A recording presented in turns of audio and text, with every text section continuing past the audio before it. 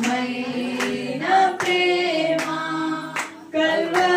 కల్వరిలోని ప్రేమ మరణము కంటే బలమైన ప్రేమది నన్ను జయించని ప్రేమ ఆశ్చర్యమైన ప్రేమ పావన యేసుని ప్రేమ సిలువలో పాపిని మోసిన ప్రేమ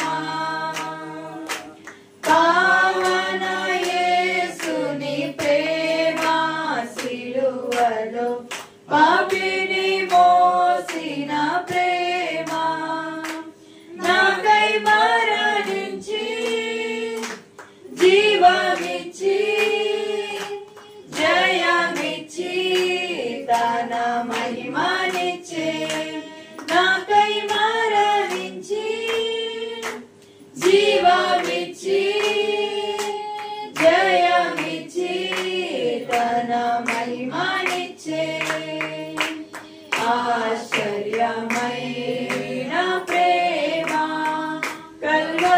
కల్వరిలోని ప్రేమ మరణము కంటే బలమైన ప్రేమది నన్ను జయించని ప్రేమ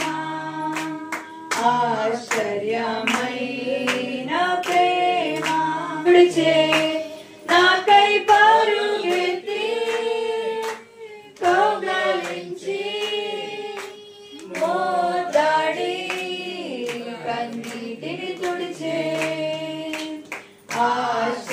ఆశ్చర్యమైన ప్రేమ కల్వరిలోని ప్రేమ మరణము కంటే బలమైన ప్రేమ నిన్ను నమ్మినట్లు నేను వేరే ఎవరిని నమ్మలేదయ్యా నీకు నాకు మధ్య దూరం తొలగించావు వదిలుండలేక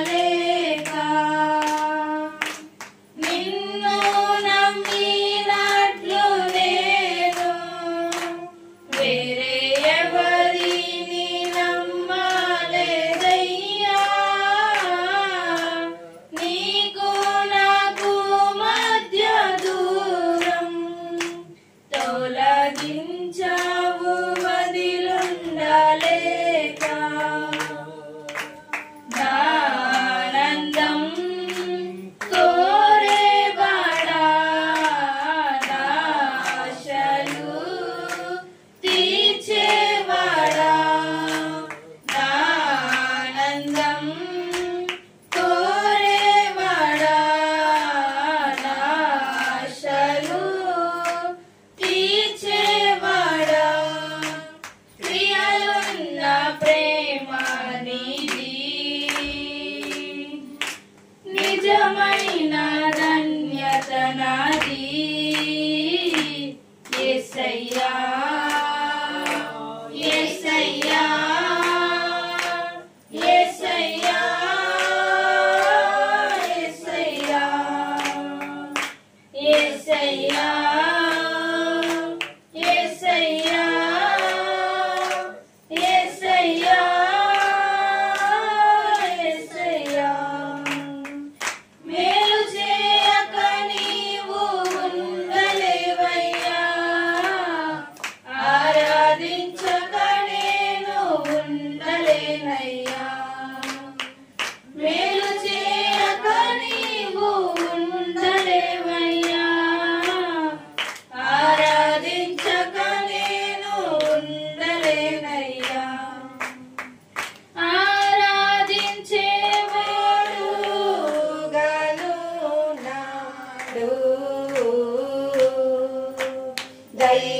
దైవాజ్ఞను శిరసావహించి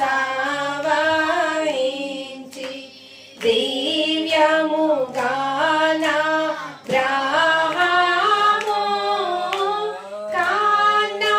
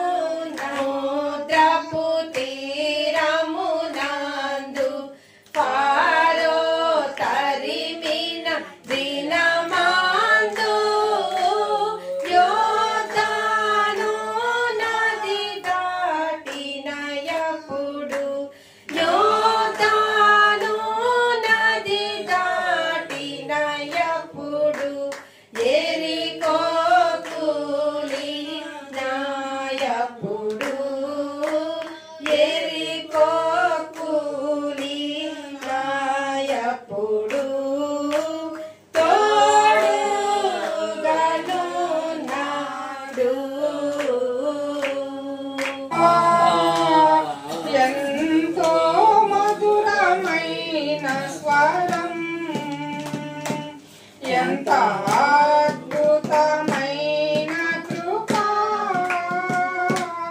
ఎంతో మధురమైన స్వరం నా వంటి పాపిని ప్రేమించెను నా వంటి నీచుని రక్షించెను నా వంటి పాపిని ప్రేమించెను నా వంటి నీచుని రక్షించెను కృపా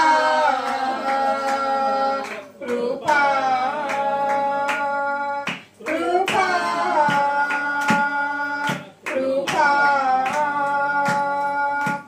నీ కృపా నీ కృపా నీ కృపా నీ కృపా ఎంత అద్భుతమైన కృపా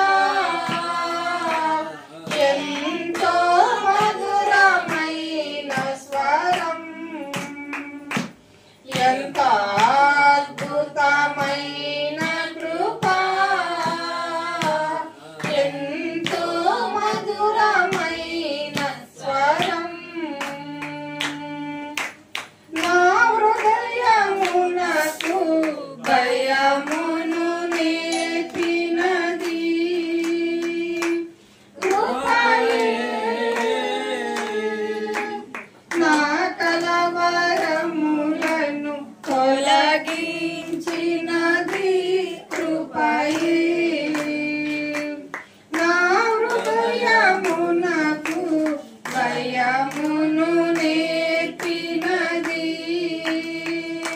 కృపయే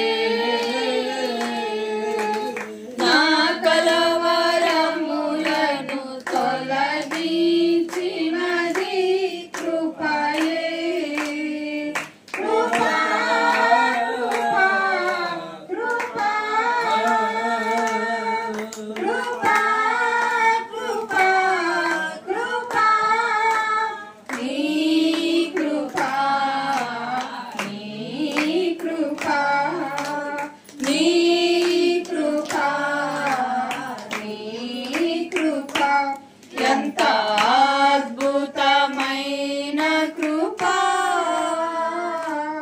ఎంతో మధురమైన స్వరం ఎంత అద్భుతమైన కృపా నే విశ్వసించిన నాటి నుంచి కాపాడినది కృపయే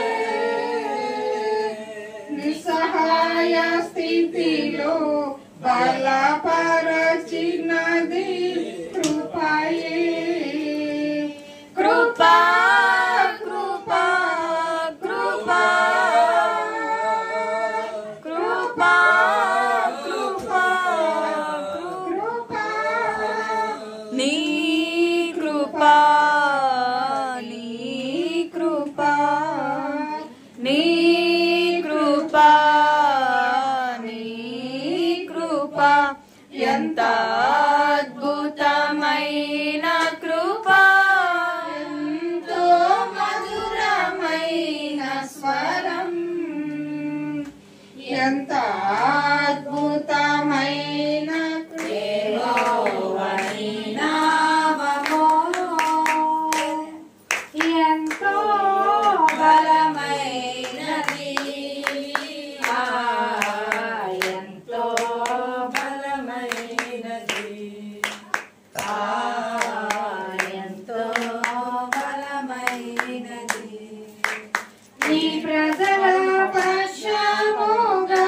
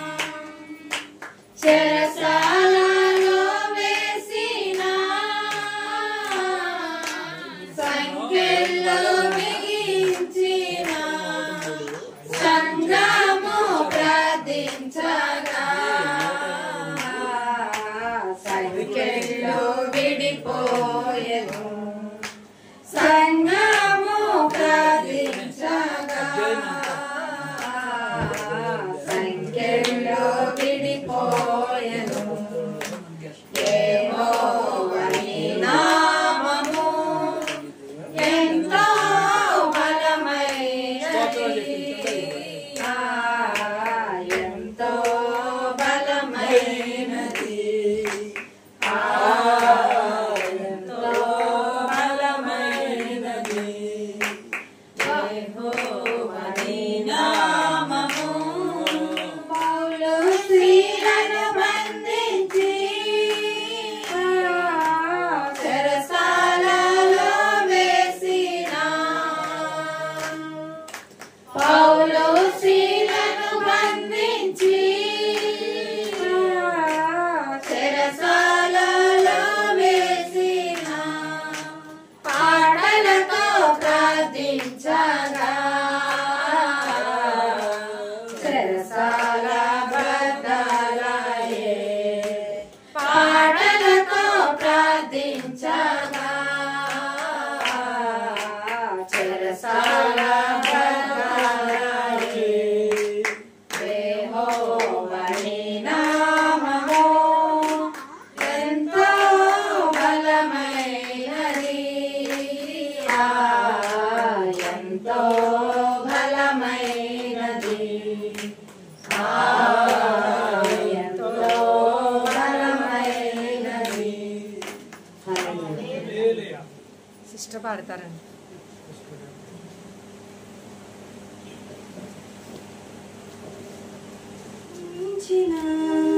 నీరు నే తీర్చగలనా కొనియాడి పాడి నీ సాక్షిగానే ఇలలో జీవించనా ఇలలో జీవించనా గాయపడిన సమయాన మంచి సమరయునిలా నా గాయాన్ని కడిగిన దేవా ఆకలైన వేళలో ఆహారమిచ్చి నన్ను పోషించినావు దేవా గాయపడిన సమయాన మంచి సమరయునిలా నా గాయాన్ని కడిగిన దేవా ఆకలైన వేళలో ఆహారమిచ్చి నన్ను పోషించినావు దేవా నిన్ను విడువను ఎడబాయనని నిన్ను విడువను ఎడబాయనని నా యేసయ్యా దినమెల్లనే పాడినా కీర్తించినా నీరునే తీర్చగలనా కొనియాడి పాడి నీ సాక్షిగానే ఇలలో జీవించనా ఇలలో జీవించనా నా బలహీనతలందు నా సిలువను మోస్తూ నిన్ను పోలి నేను నడచెదను వెలుగున్నవి మరచి ముందున్న వాటికై సహనముతో పరుగెత్తెదను నా బలహీనతలందు నా సిలువను మోస్తూ నిన్ను పోలి నేను నడచెదను వెనుకున్నవి మరచి ముందున్న వాటికై సహనముతో పరుగెత్తెదను ఉన్నత పిలుపునకు కలుగు బహుమానము ఉన్నత పిలుపునకు కలుగు బహుమానము నేను పొందాలని దినమెల్లనే పాడినా కీర్తించినా నీరునే తీర్చగలనా కొనియాడి పాడి నీ సాక్షిగానే ఇలలో జీవించనా ఇలలో జీవించనా 28వ అధ్యాయము వాటి నుంచి చివరి వరకు మన సహోదరు బ్రదర్ గారు చదవడానికి సిద్ధంగా ఉండవలసిందిగా మనం చేస్తాము. కీర్తన గ్రంథం 128 అధ్యాయము 1 నుంచి చివరి వరకు, 103 అధ్యాయము 1 నుంచి 5 వరకు చదువు. నా ప్రాణమా యెహోవాను సన్నుతించుము, నా అంతరంగమున సమస్తమా ఆయన పరిశుద్ధ నామమును సన్నుతించుము. నా ప్రాణమా యెహోవాను సన్నుతించుము, ఆయన చేసిన ఉపకారములలో దేనిని మరువకుము. ఆయన నీ దోషములన్నిటినీ క్షమించువాడు, నీ సంకటములన్నిటినీ కుదుర్చువాడు. సమాధిలో నుండి నీ ప్రాణమును విమోచించుచున్నాడు, కరుణా కటాక్షములను నీకు కిరీటంగా ఉంచుచున్నాడు. పక్షిరాజు యవనము వలె నీ యవనము కొత్తదగుచుండినట్లు మేలుతో నీ హృదయమును తృప్తిపరచుచున్నాడు. 128 అధ్యాయం. యెహోవా యందు భయభక్తులు కలిగి ఆయన త్రోవలి యందు నడుచువారందరూ ధన్యులు. నిశ్చయంగా నీవు నీ చేతుల కష్టార్జితం అనుభవించదు. నీవు ధన్యుడువు, నీకు మేలు కలుగును. నీ లోగిట నీ భార్య ఫలించు ద్రాక్షవల్లి వలె నుండును. నీ భోజనపు బాల చుట్టూ నీ పిల్లలు ఒలివ మొక్క వలె నుందురు. యెహోవా యందు భయభక్తులు గలవాడు ఇలాగ ఆశీర్వదించబడును. సియోనుల నుండి యెహోవా నిన్ను ఆశీర్వదించును. నీ జీవిత కాలమంతయో యెరూషలేమునకు క్షేమం కలుగుటకు చూచెదు. నీ పిల్లలను నువ్వు చూచెదు. ఇశ్రాయేలుల మీద సమాధానం ఉండును గాక. అందరూ చేతులెత్తి స్తుతి. హల్లెలూయా, హల్లెలూయా, హల్లెలూయా, హల్లెలూయా, హల్లెలూయా, హల్లెలూయా. ప్రభువాని స్తోత్రం, స్తోత్రం, స్తోత్రం, స్తోత్రం, స్తోత్రం ప్రభువా. హల్లెలూయా, హల్లెలూయా, హల్లెలూయా, నిజమైన స్తోత్రం, స్తోత్రం, స్తోత్రం, స్తోత్రం ప్రభువా. నాయనాని స్తోత్రం, స్తోత్రం, స్తోత్రం. హల్లెలూయా, హల్లెలూయా, హల్లెలూయా.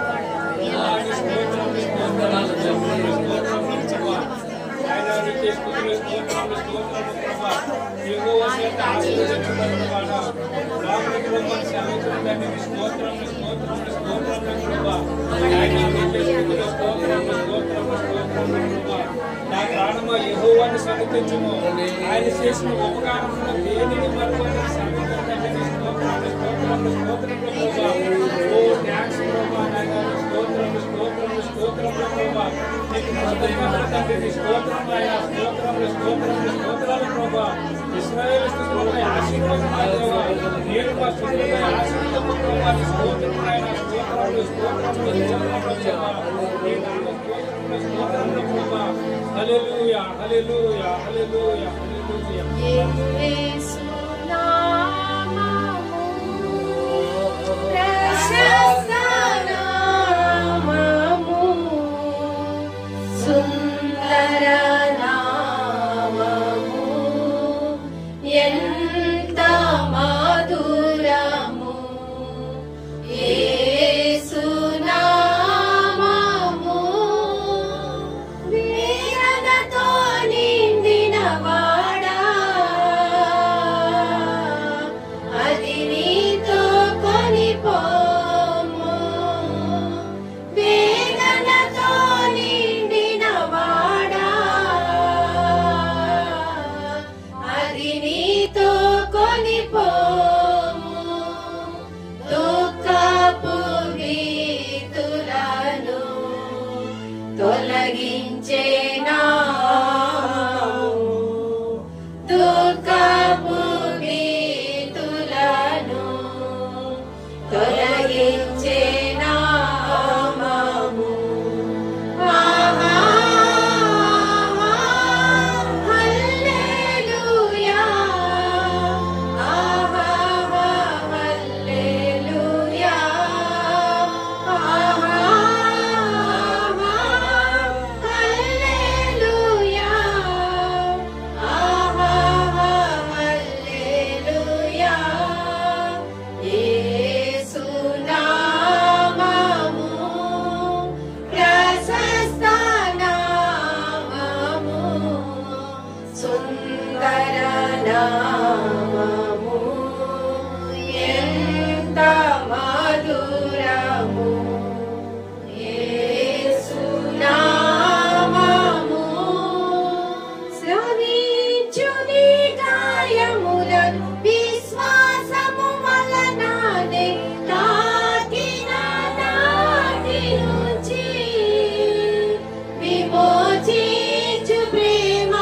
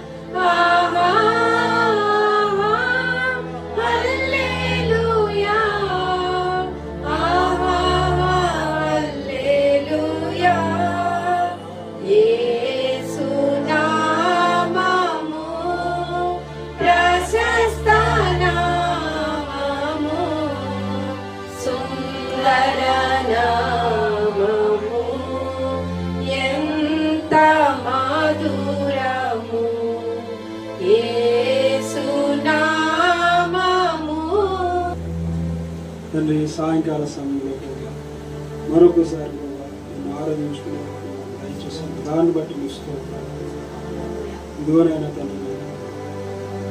తండ్రి నైనా ప్రభా నువ్వు చేసిన ఉపకారం దేనిని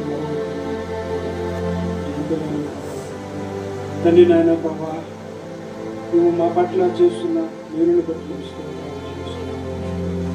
తండ్రి కేవలం నీ కృప వల్ల మేము జీవిస్తూ ఉన్నాం. నీ కృప లేకపోతే మేము ఏమైపోయినాం.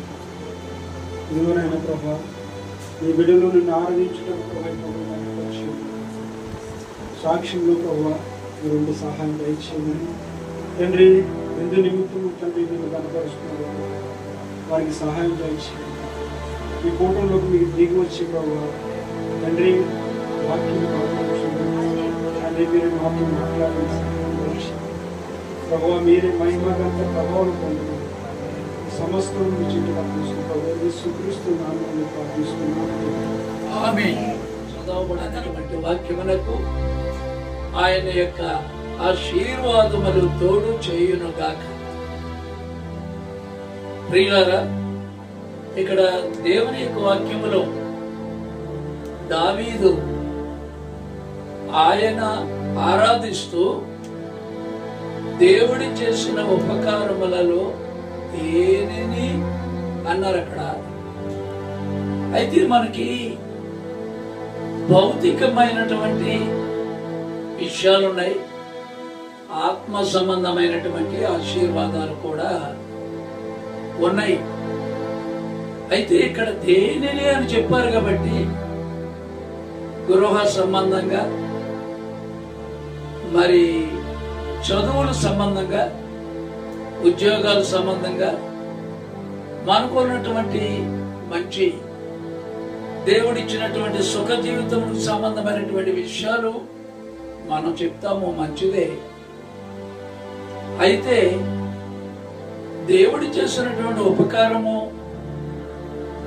భౌతికమైన దానికంటే లోపల ఉన్నటువంటి మన ఆత్మ సంబంధమైనటువంటి మన ఆత్మ మచ్చ, ముడత, కళంకము ఏ పాపము లేకుండా కడగడానికి ప్రభు అయిన యేసుక్రీస్తు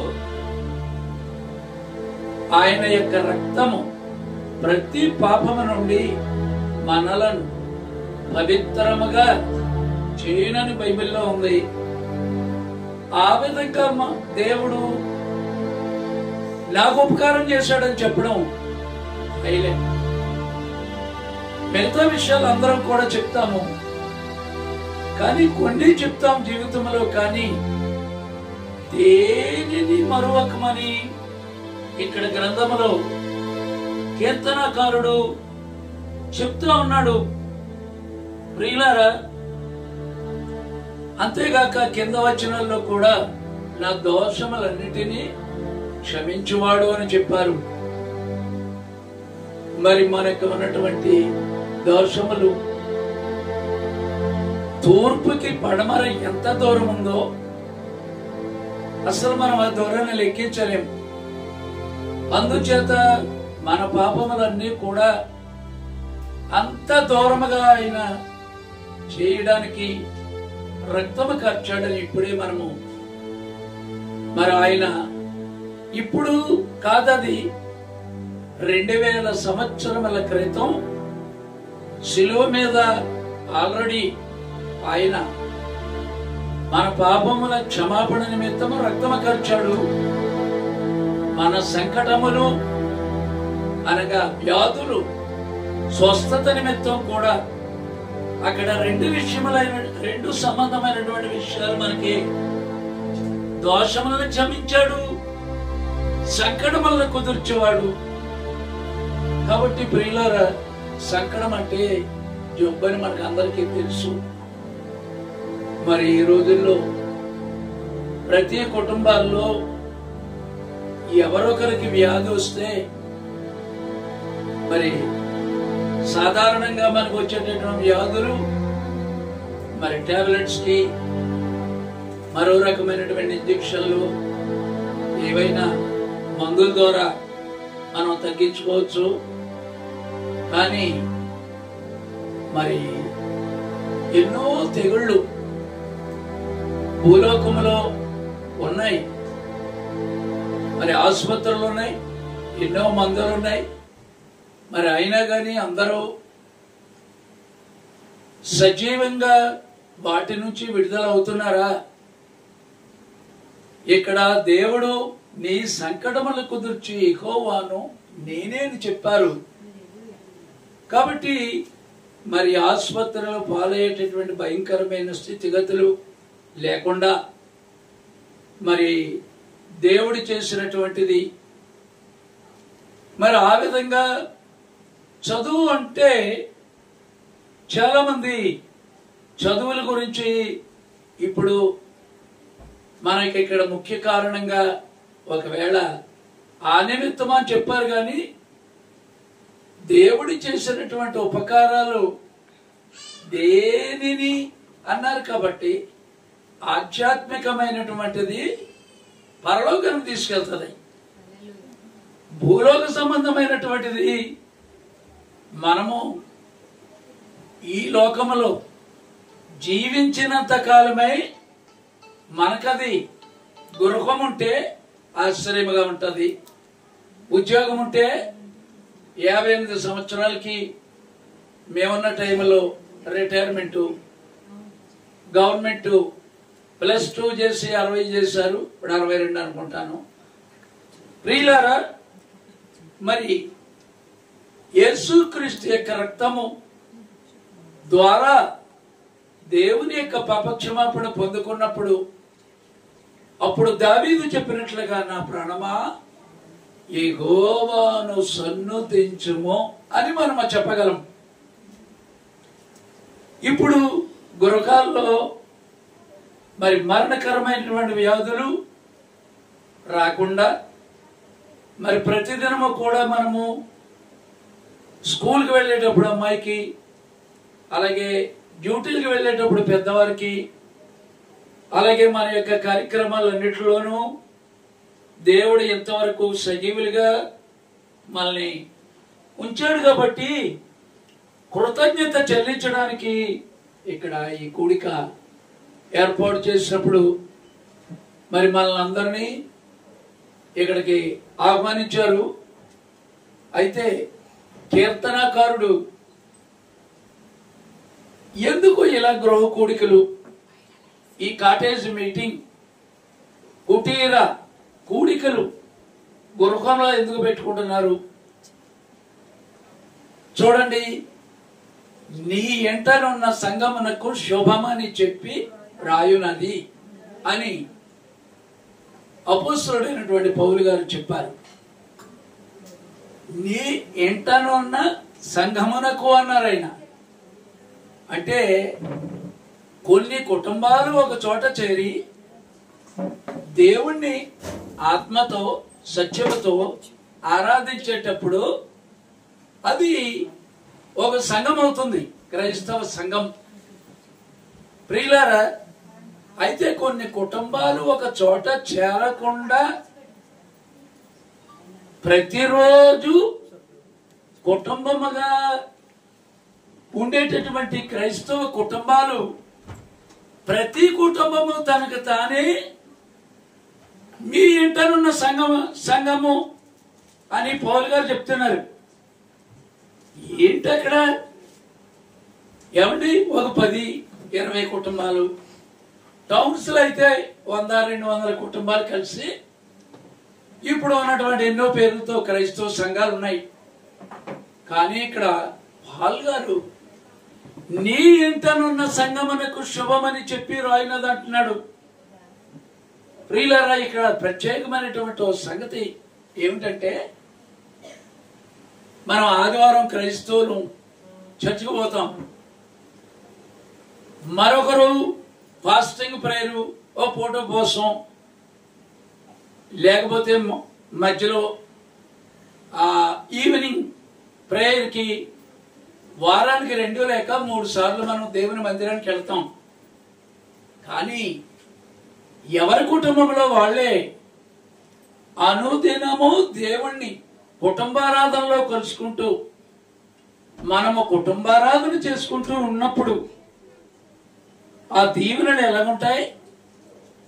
128వ కీర్తనలో ఇప్పుడు మనం అక్కడ చదివినటువంటి ఆ భాగంలో యెహోవా యందు భయభక్తులు కలవారు ఎలాగో ఆశీర్వదించబడుదురు. ప్రియులారా, ఆయన త్రోవల యందు నడుచువారు అందరూ ధన్యులనుంది. నిశ్చయముగా నీవు నీ చేతుల కష్టార్జితము అనుభవించదము. చాలా కుటుంబాలు సంగమనకు వెళ్ళినా, దశమ భాగములు ఇచ్చినా, మరి చాలా ప్రార్థనలు చేసినా ఆసుపత్రులు పోలై ఉన్నటువంటి వాళ్ళు ఉన్నారు. మరి కరడుగట్టిన అసలు బెడ్ రిడెన్ గా మంచాల మీద పండుకొని బాధలతో ఉన్నటువంటి అనేక మంది ఉన్నారు. మరి అయితే ప్రియులారా, మరి అలాగ భౌతికమైనటువంటి ఆ విషయాల్లో దేవుడు చేసినటువంటి ఉపకారాలని సమాజంలో మీ విన్నపము తెలియచేయమని. ప్రియులారా, సమాజం అంటే మనము ఆదివారం, బుధవారం, శుక్రవారం వారంలో 3 సార్లు దేవుని సంఘానికి వెళ్ళి అక్కడ ఏమండి మా కుటుంబంలో అప్పులున్నాయి, మా అమ్మాయి ర్యాంక్ రావాలి, జాబ్ రావాలి, లేకపోతే వ్యాధిగ్రస్తుడై ఉన్నాడు, స్వస్థత కావాలి అని మనం చెప్తా ఉంటాం.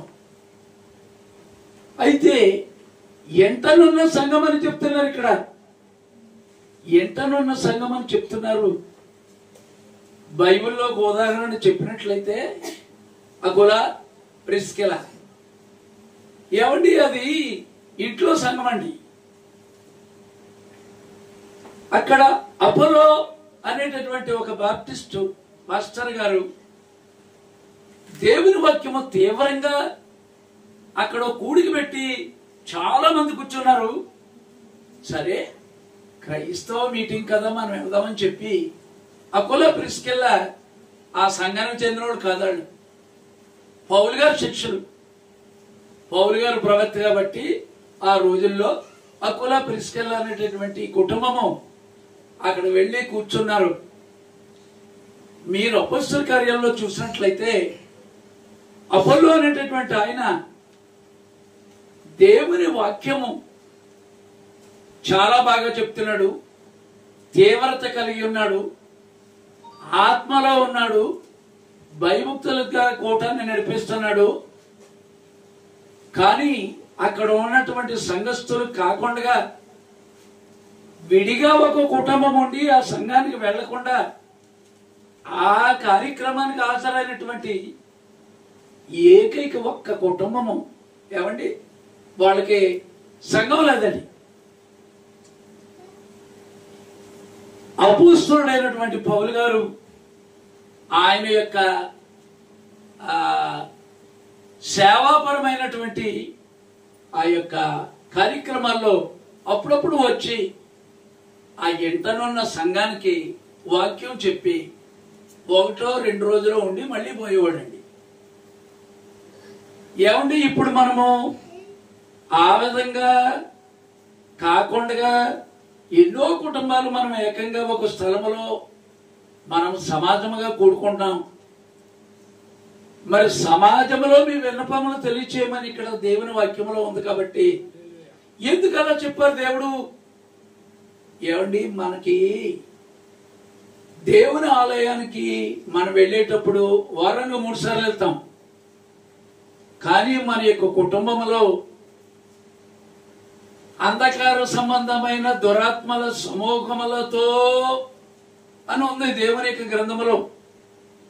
అంటే దురాత్మలు అంటే దేవుని పరిశుద్ధాత్మకు వ్యతిరేకంగా దెయ్యములలో ఉన్నటువంటి ఆ దురాత్మలు పైనున్న మన దేవుడికి, క్రింద ఉన్న ఆయన కుమారులు కుమార్తెలమైన మనకు మధ్యగా అంధకార సంబంధమైన దురాత్మలుగా మధ్యలో ఉండి అవి ఏం చేస్తున్నాయి? ఈ భూలోకములో ఎవరైతే దేవుని బిడ్డలు అన్నారో వారి యొక్క గృహములలోనికి అవి ఏం చేస్తున్నాయి? వస్తున్నాయి. అందుకే కీర్తనకారుడు రాత్రి జాములయందు నేను నిన్ను ఆరాధించుచున్నాను అని చెప్తాడు. 119వ కీర్తనలో అయితే అర్ధరాత్రి వేళ నేను లేచి నీ ఆజ్ఞలను నేను ధ్యానిస్తున్నాను అని చెప్పాడు. అంతరింద్రియ పరిశోధకుడు వచ్చి నన్ను పరిశీలించగా ఏ దురాలోచన కానరాలేదని చెప్తున్నాడు. ప్రియులారా, ఈ దురాత్మలు ప్రతి కుటుంబంలోనికి ఏమండి క్రైస్తవ కుటుంబాల్లో కూడా వచ్చి ఏం చేస్తాయి? ఈ చూరుల్లో లేకపోతే మన పైనటువంటి ఏదో స్థలంలో వేలాడుతూ ఉంటాయి. వాటిని బట్టే మనకు వ్యాధి, వాటిని బట్టే మనకున్న అప్పులు, ఆ దురాత్మలను బట్టియే భార్యాభర్తల మధ్య సమాధానం లేకపోవడం, పిల్లలు తల్లిదండ్రుల మాట వినకపోవడం. మరి తల్లిదండ్రులు మాట పిల్లలు వినట్లేదని చెప్తాం, కానీ 1వ యోహాను పత్రికలో 2వ అధ్యాయంలో చిన్నపిల్లలారా, మళ్ళీ ఇంకో పేరా పోయిన తర్వాత చిన్నపిల్లలారా, మళ్ళీ అదే అధ్యాయంలో 13వ వచనంలో యవనస్తులారా మీరు దృష్టిని జయించి ఉన్నారు కనుక మీకు వ్రాయించుంటానంటాడు. ఏమండి అక్కడ యవనస్తులు దృష్టిని జయిస్తారో అని చెప్పలేదండి. ఫ్యూచర్ టెన్స్ లో, భవిష్యత్ కాలంలో వాళ్ళు అలాగా జయిస్తారు అనలేదు. పాస్ట్ టెన్స్ లో రాశారు. ఇక్కడ నేను టైం చదవదని చదివి చెప్పట్లేదు, కానీ 1వ యోహాను పత్రికలో యవనస్తులారా మీరు దుష్టుని జయించి ఉన్నారు అన్నాడు. కానీ బైబిల్ ఏమని చెప్తుంది? మరి యవనస్తులు ఎలా ఉన్నారు? తొట్టిల్లుతో ఉన్నారు. ఏమండి క్రైస్తవ కుటుంబాలలో ప్రార్థన ఉంది, దశమాగమలు ఇస్తున్నాం, డైలీ కుటుంబారాధన చేసుకుంటున్నాం, మరి వారానికి 2 సార్లు 3 సార్లు దేవుని మందిరానికి వెళుతున్నాం. కానీ యవ్వనస్తులు వాక్య వరుసలో ఉండకపోవడానికి గల కారణాలు మనం ఏమనుకుంటామంటే, ఆ పడుచు పిల్లలు అలాగే ఉంటారులే, వాళ్ళు అలాగే ఉండలేరు, అది మామూలే అనుకుంటాం. కానీ బైబిల్ అయితే యవ్వనస్తులు తప్పక తొట్టిల్లుదురు అని ఉంది. అయితే తొట్టిల్లుదురు కాబట్టి అట్లయిన ఎడల పాపములో నిలిచిందుమా అంటున్నారు పౌలు గారు. దేవుని యొక్క కృప ద్వారా ముందు ఇక్కడ సాక్ష్యం చెప్పేటప్పుడు చెప్పారు. కృప అంటే మన క్రియల వలన కాదు, క్రియల వలన నైన ఎడల కృప ఇక కృప కాకపోవును. అంటే మనం చేసినటువంటి మంచి కార్యముల వలన కృప మనకి రాదు. మనం మంచిగా మనకు మనము ఉండలేం ప్రియులారా. అందుచేతనే బైబిల్ యవనస్తుల గురించి తప్పక తొట్టిల్లుదురని చెప్తున్నారు. కానీ దానికి యాంటీగా ఇక్కడ 1వ యోహాను పత్రికలో యవనస్తులారా మీరు దుష్టుని జయించి ఉన్నారని బోధకాలములో చెప్తున్నాడు.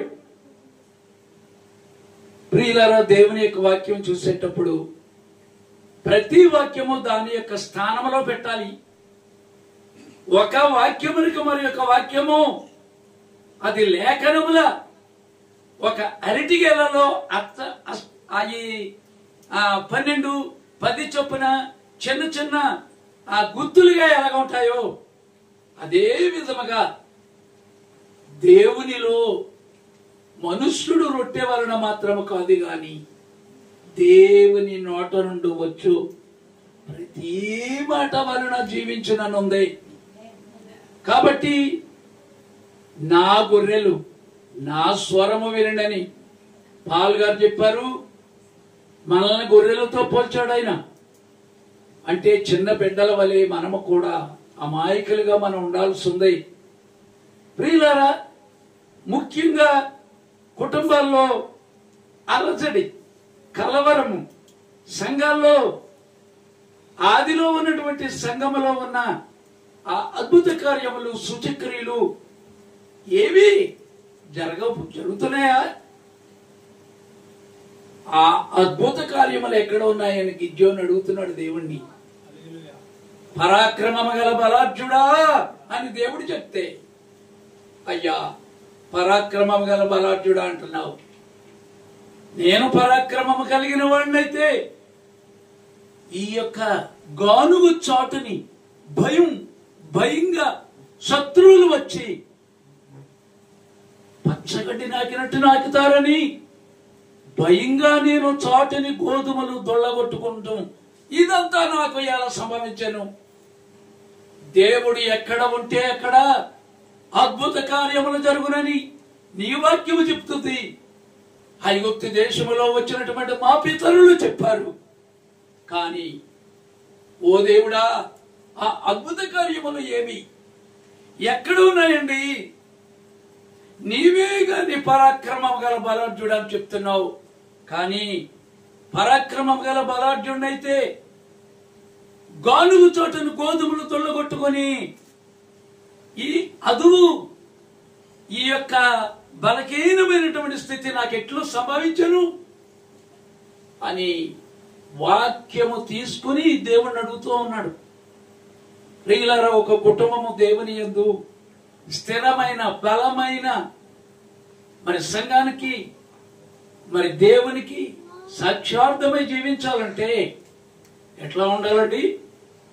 అపోస్తులు ప్రవక్తలు వేసిన పునాది మీద క్రైస్తవుడు కట్టబడుచున్నాడు. ఇప్పుడు మన ఇల్లు ఉంది, భౌతికమైన ఇల్లు. బ్యాంకులో డబ్బులు తెచ్చుకుంటున్నావు, పర్మిషన్ పొందుతున్నావు, బ్లూ ప్రింట్ ఇచ్చి ఎవరికో ఇస్తున్నావు. మనము దీన్ని కష్టపడి 6 నెలల్లో, సంవత్సరము 2 సంవత్సరంలో ఒకదాని తర్వాత ఒకటి అందముగా చేస్తున్నాం. ప్రియులారా, మరి భౌతికమైనటువంటి ఇల్లు కాక నీ హృదయమే నా ఆలయమని దేవుడు చెప్పాడు కదా. లోపల ఉన్నటువంటి దేవుడు నివసించేటటువంటి భాగము మన శరీరము కాదు.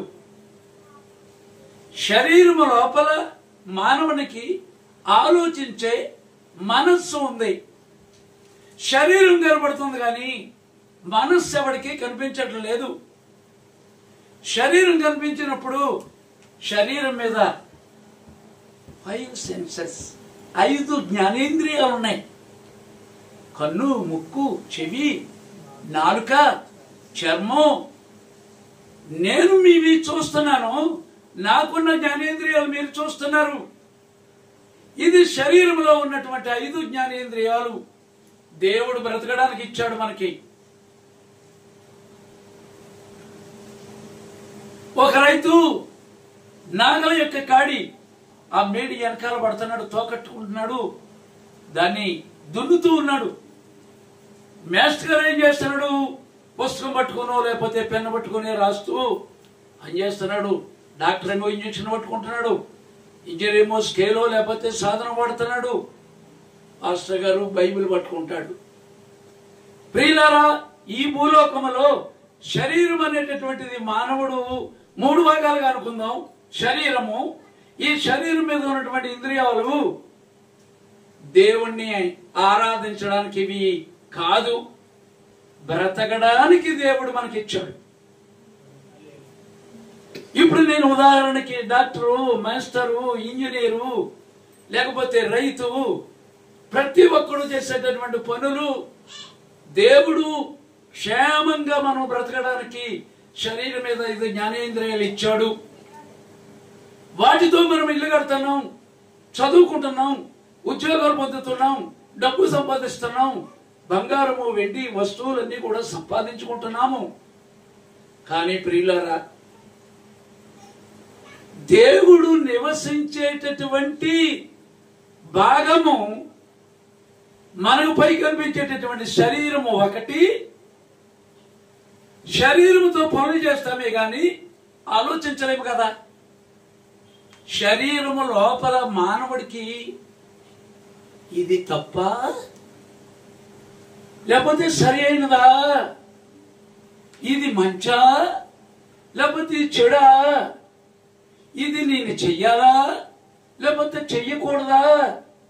మనిషి యొక్క లోపల మనస్సు ఉంది మనకి, అది రెండవ భాగము. ప్రియులారా, శరీరం ఒకటి, ఆలోచించే నిర్ణయం చేసుకునే మనస్సు రెండు. దాని లోపల ఎడమ వైపు 5వ ప్రకటముకు క్రింద హృదయం అనేటటువంటి చిన్న అపార్ట్మెంట్ లాంటి, అంటే అగ్గిపెట్టే అంత ఖాళీ. ఇక్కడ హృదయము అని బైబిలులో దేవుడు శరీరంలో నివసించడు. మనం ఆలోచించే మనసులో కూడా వస్తాడు వాక్యం ద్వారా, అక్కడ కూడా ఉండడు. రెండో దాంట్లో దేవుని యొక్క నివాసం ఎక్కడ ఉంది మానవుల్లో? నీ హృదయమే నా ఆలయం. That is the third place. శరీరము పనిచేసుకోవడానికి ఇది జ్ఞానేంద్రియాలు, ఉద్యోగాలు, చదువు, బంగారాలు, వస్తువులు, చక్కగా మనము జీవనం చేయడానికి శరీరం. మనస్సు అనేటటువంటిది నిర్ణయం చేసుకోవడానికి రెండవ భాగము. ప్రియులారా, దాని మధ్యలో దేవుడు ఆత్మతోనూ సత్యముతోనూ ఆరాధించడానికి రెండంచెల వాడి అయిన ఖడ్గమైన ఆయన వాక్యాన్ని ఇచ్చాడు మనకి. కాబట్టి మనుష్యుడు రొట్టె వలన మాత్రము కాదు, కానీ ఉత్తరాదివాళ్ళు రొట్టె తింటారు కాబట్టి గోధుమ రొట్టె అన్నారు. దక్షిణాదిలో ఉన్న మనము భోజనము చేస్తాము. దానినే ఇక్కడ మనుష్యుడు రొట్టె వలన మాత్రం అంటే 3 పూట్లు మనం తినేటటువంటిది శరీరం కొరకు. అయ్యా, దేవుణ్ణి ఆత్మతోనూ సత్యముతోనూ ఆరాధించాలనుకున్నప్పుడు శరీరం ఒకటి, మనస్సు రెండు. దేవుడు నివసించే ఎడమ వైపు 5వ ప్రకటముకు క్రింద ఒక చిన్న అపార్ట్మెంట్ లాంటి ఖాళీ స్థలం ఉంది. ఏమండి, చికాగోలో డాక్టర్లు చూసి దేవుడు హృదయంలో ఉంటాడంటే ఏటి క్రైస్తవులు ఎలా చెప్తారని వాళ్ళు నమ్మలేదండి. చదువుకున్న వాళ్ళు, హెల్త్ లో ఉన్నవాళ్ళు. తరువాత ఈ ఆపరేషన్ చేసేటప్పుడు రక్తము, జిగురు, చెమ్మ, ఎముకలు, మాంసం ఇదంతా కూడా అది పోస్ట్ మార్టంలో చేసి పరిస్థితి వచ్చేటప్పుడు అగ్గిపెట్టు లాంటి ఒక ఖాళీ అపార్ట్మెంట్ లాంటి ఒక ఖాళీ ఉందంట, ఒక గది. దాంట్లో జిగురు గాని, రక్తము గాని, నీరు గాని, తడి గాని లేకుండా ఒక ఖాళీ స్థలం ఇక్కడ ఉంది. ఇది ఏమిటని డాక్టర్లని చేసి, అరే దేవుడు హృదయంలోనికి వస్తాడు అని క్రైస్తవులు చెప్తే అసలు హృదయం ఎక్కడ ఉందని మనం అన్నాం. మిగతా భాగాలన్నీ కూడా రక్త మాంసాలతో తడిగా ఉంది, వాటికి పలానాదా చెప్తున్నాం, ఇదేంటో మనకు తెలియట్లేదు. క్రైస్తవులు హృదయం అని చెప్పి భాగం అదే అని మళ్ళీ డాక్టర్లే చెప్పారండి. కాబట్టి ప్రియులారా, మన చదువు వలన, మన సొంత 5 జ్ఞానేంద్రియముల ద్వారా దేవుని వాక్యము చదివితే ఇది అర్థము కాదండి. దేవుని వాక్యము ఎవరికి ఇస్తాడు? బైబిల్ రాసిన 40 మంది ప్రవక్తలలో ఈ బైబిలులో దేవుని వాక్యము ప్రవక్త యొద్దకు వచ్చును. సువార్తల 4 కూడా ఏమండి, దేవుని వాక్యము ఎవరి యొద్దకు వచ్చును? ప్రవక్త దగ్గరికి వచ్చును. మంచి పాస్టర్ గారు ఉన్నారు. ఒక చోట ఓ 50 100 మందో 1000 మందినో పెట్టుకుని ఉండేటటువంటి వాడు కాపరి. అలా కాకుండా అగ్ని గోడవలాగా ప్రపంచమంతా తిరిగి ఒక కళలో దేవుని చేత బోధింపబడి అక్కడికి వెళ్ళు ఇక్కడికి వెళ్ళు అని బైబిల్లో పిలుపు వలె తిరిగిన వాడు సువార్థికుడు. అతనికి సంఘం ఉండదు. అగ్నివంతిలాగా ప్రపంచమంతా కూడా పరిశుద్ధాత్మ ద్వారా తిరుగుతూ ఉంటాడు. ఒక చోట ఉన్నాడు అతను. అయితే ప్రియులారా, కాపర్ అంటే పాస్టరు, సువార్థికుడు అంటే ప్రపంచమంతా తిరుగుతాడు. ఏమండి, అపోస్తలుడు అంటే సంఘములు కడతాడు, 12 మంది శిష్యులు అంటోళ్ళు. ప్రవక్త అంటే దేవుని యొక్క వాక్యము వీళ్ళందరి దగ్గర కాకుండా ముందు ఎవరి దగ్గర వస్తుందండి? దేవుని వాక్యము ముందు ప్రవక్త దగ్గరికి వస్తుంది. ఈ బైబిల్ అంతా రాసినటువంటి 40 మంది ప్రవక్తలు ఒక కాలంలో ఒక ప్రవక్త ఉన్నప్పుడు ఇంకో ప్రవక్త లేడండి అక్కడ. ఏమండి, 40 మంది ప్రవక్తలు రాసింది ఒకేలా ఉంది. మనం ఎవరైనా చెప్పింది ఒకేలా ఉంటుందా? ఉండదు. వారు ఎలా రాశారండి?